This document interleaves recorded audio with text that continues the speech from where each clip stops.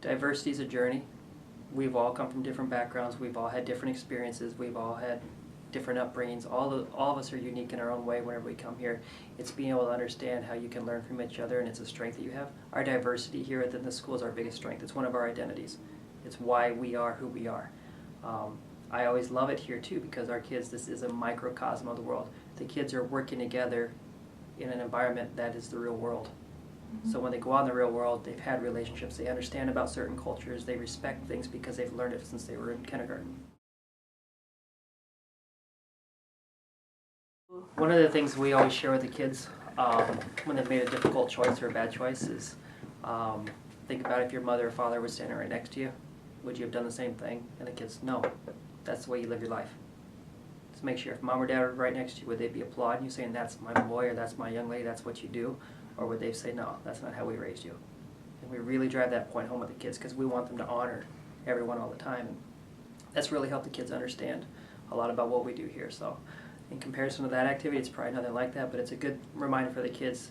Is my action right now going to make my family proud and my family name proud? If it's not, I probably shouldn't be doing it. And then that trickles down to how you treat each other. You know, and then it's just a good rule of thumb we have here. Every Monday we bring all of our kids together. We're like a big family here. And we celebrate all the accomplishments kids have. We have gold slips where kids get positive rewards. We draw names. We recognize them. There's traveling trophies they receive for doing certain things. Within those we teach perseverance. We teach tolerance. We teach making right choices. There's lots of different things that we teach. The expectation is built around our 3 pillars, though: being safe, being respectful, being responsible. Our clientele is very diverse here. We're a diverse building. We're about 50% minority within our own building here. So diversity is just who we are. We make sure that we're very welcoming to all of our families, and we learn from our families, and we really recognize and support whatever belief systems they bring into, and we respect that in everything that we do. Do we have a set curriculum that we teach diversity from? No. We do partner with the Diversity Council here in Rochester, and they teach what's called Spark Workshop, which comes in and teaches direct diversity curriculum to our kids, but that's on an annual basis for about an hour, hour and a half once a year. So we like to say it's kind of naturally what we do every day. We do have an equity team here. It's a team of teachers, and I'm on that team as well, where we read current research on being more equitable and not so much equal, and making sure we understand different people's perspectives, different race, how does it affect achievement gaps, what do we do to help perpetuate that, what can we do to help correct that. That's actually a team that we have here on our site. We are, I think, right around 20% Hispanic, and about 25% Black, and 5% Asian Pacific Islander. We have Cambodian. All those would be in that category. And then we're about 50% Caucasian. Yeah, the way we run our character plan here, we really teach being respectful of each other and understanding. People have questions here, they ask. You know, if I have a question of a family, you know, they're celebrating Ramadan, there's something going on, I don't know, I ask. It's just kind of what we do. And the parents respect that. You know, we don't just assume we know everything and, you know, keep our whiteness as a privilege out there for everybody to see. We don't do that. We understand this is who we are. I'm a white middle class male. I was raised this way. I've learned this value set.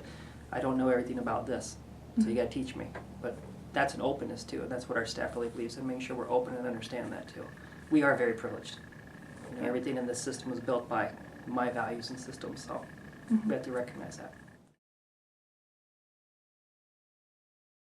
I'm going to speak local and immediate to Longfellow. We don't have a lot of racial type things or diversity issues of kids, just because all the students that come here are in such a microcosm of the world already here, it's the norm.